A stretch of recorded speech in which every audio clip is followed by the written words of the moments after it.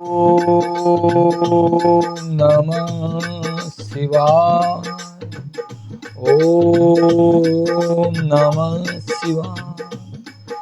ओम नमः शिवाय। ओम नमः शिवाय। ओम नमः शिवाय। भोला नमः शिवाय। ओम नमः शिवाय। ओम नमः शिवाय। आप सभी भक्तों को राधे राधे, जय श्री कृष्णा, श्री शिवाय नमस्तुभ्यम। आप सभी इस चैनल पे नए हो तो चैनल को लाइक करें, शेयर करें, सब्सक्राइब करें और आप इस चैनल को आगे भी शेयर करें अपने दोस्तों में और अपने परिवार के मेंबर में। बहुत प्यारी कहानी है। आप जब कभी भी पूजा करें, कथा में जाएं, कीर्तन में जाएं, भजन में जाएं, तो अपना पूरा मन, अपना पूरा चित्त भगवान की भक्ति में लगा दें। इधर उधर अपने मन को ना बेलाएं, जिससे हमें भगवान की प्राप्ति हो सके। अगर हम कथा में गए हैं तो पूरा मन और चित्त के साथ भगवान की कथा सुने। उससे जो आनंद प्राप्त होगा, जो सुख की प्राप्ति होगी, उसका वर्णन नहीं किया जाता। ऐसे ही बहुत प्यारी कहानी है। एक सास और बहू, उन दोनों में बहुत बड़ा प्रेम था, बहुत प्यार था। दोनों एक दूसरे के बिना नहीं रहती थी।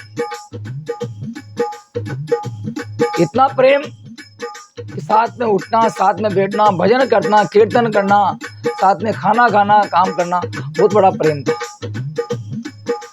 समय बीतता गया। एक दिन जो सास बहू थी, तो उसकी सास के उसका भाई का फोन आया कि बेना काशी चलना है, भगवान भोलेनाथ के दर्शन करने, भगवान विश्वनाथ के दर्शन करना है। तो उसकी सास ने कहा उसके भाई से कि भैया मैं अकेली नहीं जाऊंगी, मेरा मन मेरी बहू के बिना नहीं लगता है, हम दोनों साथ में जाएंगे। तो उसके भाई ने कहा वो क्या जाएगी, तो आजकल की नई बहू है, नई पीढ़ी है, तो माँ कि बहन आप मेरे साथ चलो। तो सास ने बहुत हट की, बहुत भाई बहनों पर वार्तालाप हुआ। लास्ट में जाकर उसके भाई ने बहन को दिया कि बहन आपको मेरे साथ चलना है, अकेला ही चलना है ना, आपको मेरी सौगंध। तो फिर क्या हुआ, वो दोनों भाई और बहन बहू को घर पे अकेला छोड़ दिया। बहू ने, सास ने बहू को समझाया कि बहू बेटा मैं काशी जा रही हूँ, घर का ध्यान रखना, भगवान की सेवा पूजा करना, मेरा मन तेरे बिना नहीं लगेगा, कोशिश करूंगी फिर भी लगाऊंगी। तो क्या हुआ, सास जब यात्रा पर गई काशी विश्वनाथ, तो उसको रास्ते में जाकर याद आया कि मेरी जो चाबियों का जो छल्ला है, मेरी जो गोदरेज जो छल्ला है, वो गोदरेज में लगा ही रह गया। तो उसका मन कहाँ आ गया, उस चाबी के छल्ले में, उस धन माया में। और इधर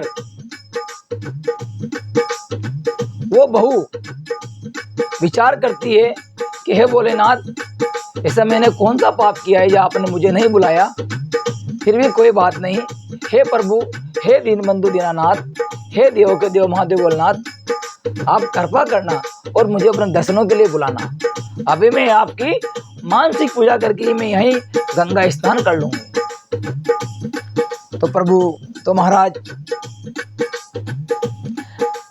जब उधर काशी विश्वनाथ उसकी सास और भाई वहां पहुंचे, तो उन्होंने गंगा स्नान किया और उस गंगा में जब डुबकी लगाई तो थोड़ा साबुन लगाया होगा, तो उसकी चांद सोने की अंगूठी थी, वो सोने की अंगूठी उस गंगा में गिर गई। किसकी? सास की। तो उससे बड़ा दुखी हुआ। और उसका पूरा मन कहाँ लगा हुआ है, गंगा स्नान उसका पूरा मन लगा है घर में कि बहू मेरी चाबी का छल्ला गोदरेज में रह गया, पता नहीं बहू जाने क्या करेगी। वो उधर गंगा नहाने गई है, इसका मन कहाँ है घर में। और इधर जो बहू थी ये भगवान भोलेनाथ से प्रार्थना कर रही है, महादेव आपने मुझे नहीं बुलाया लेकिन फिर भी मैं मानसिक रूप से मैं यहाँ गंगा स्नान करूंगी। तो उधर सास तो गंगा स्नान करती है और इधर बहू विचार करती है। इसने एक टब में पानी लिया और थोड़ा गंगा जल लिया, गंगा जल डाला और उस टब में बैठकर गंगा स्नान करती है बड़े भाव के साथ, पूरी मानसिक पूजा करती है। हे महादेव मैं गंगा स्नान कर रही हूँ, मैं गंगा में डुबकी लगा रही हूँ, हे गंगा मैया मेरी डुबकी स्वीकार करे, हे महादेव मेरा गंगा जल निश्वास करे और मेरी गलतियों को क्षमा करे, आप मुझे जल्दी अपने धाम बुलाएं।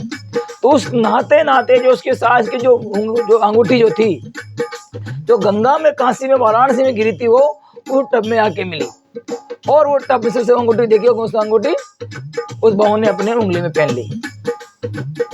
जब यात्रा करके जब सास जब घर को आई तो सबसे पहले उसने आते ही अपनी चाबी का छल्ला देखा, दोनों वार्तालाप हुआ।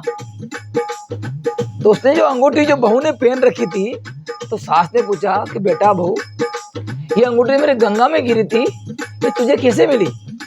कि माँ हे सासू माँ जब आप वहाँ गंगा स्नान कर रही थी तो मैंने भी मानसिक रूप से भगवान की पूजा की और यहाँ गंगा स्नान किया टब में, तो ये मुझे अंगूठी टब में मिली है। तो उस सास ने उस बहू के हाथ जोड़ लिए, बेटा मैं गंगा स्नान गई थी फिर भी गंगा स्नान बिना के वापस आ गई क्योंकि मेरा पूरा मन, मेरा पूरा चित्त, मेरा पूरा ध्यान सभी घर में था और तू घर में रहकर भी तेरा पूरा ध्यान, तेरा पूरा मन भगवान भोलेनाथ की सेवा में था, काशी विश्वनाथ की सेवा में था। तो तूने घर में रहकर भी गंगा स्नान किया और मैं वहाँ जाकर भी गंगा स्नान बिना के वापस आ गई। धन्य हो तेरी भक्ति को, धन्य हो तेरा चित्त को, धन्य हो तेरा भजन को। तो आप जब कभी भी भगवान की तीर्थ यात्रा पे जाए, भगवान की कथा में जाए तो पूरा मन से, पूरे चित्त से, पूरे ध्यान लगाकर भगवान की सेवा करें, भगवान तीर्थ यात्रा भगवान का वहां पर दर्शन करें। क्योंकि जब तक अपना मन ये मोह माया में पड़ा रहेगा भगवान की भगवत प्राप्ति नहीं हो सकती। क्योंकि आपकी सत्ता एक तरफ, कुर्सी एक तरफ, धन योग एक तरफ, आपका बिजनेस एक तरफ, आपका बिल्डिंग, आपके मकान, आपके प्लाट सब एक तरफ, आपके धन माया एक तरफ, आप करोड़ों के मालिक हो, लेकिन उससे बड़ा है आपका परिवार।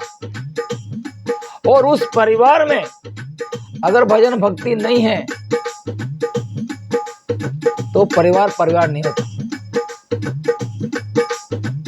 और इस देह के अंदर भगवान भोलेनाथ के भजन नहीं है, भगवान भोलेनाथ के लिए नाम नहीं है तो ये देह भी कोई काम की नहीं है। तो भगवान भोलेनाथ ने जो ये शरीर दिया है, इस शरीर में भगवान भोलेनाथ के लिए जगह बनाए और भगवान भोलेनाथ की सेवा करते रहें, चित्त करते रहें, उनको याद करते रहें और तन मन धन से भगवान भोलेनाथ को ले जाते रहें। तो ये बहुत प्यारी कहानी आपने श्रवण की। श्री शिवाय नमस्तुभ्यम। श्री राधे राधे, जय श्री कृष्णा। श्री राधे, जय श्री राधे, श्री राधे।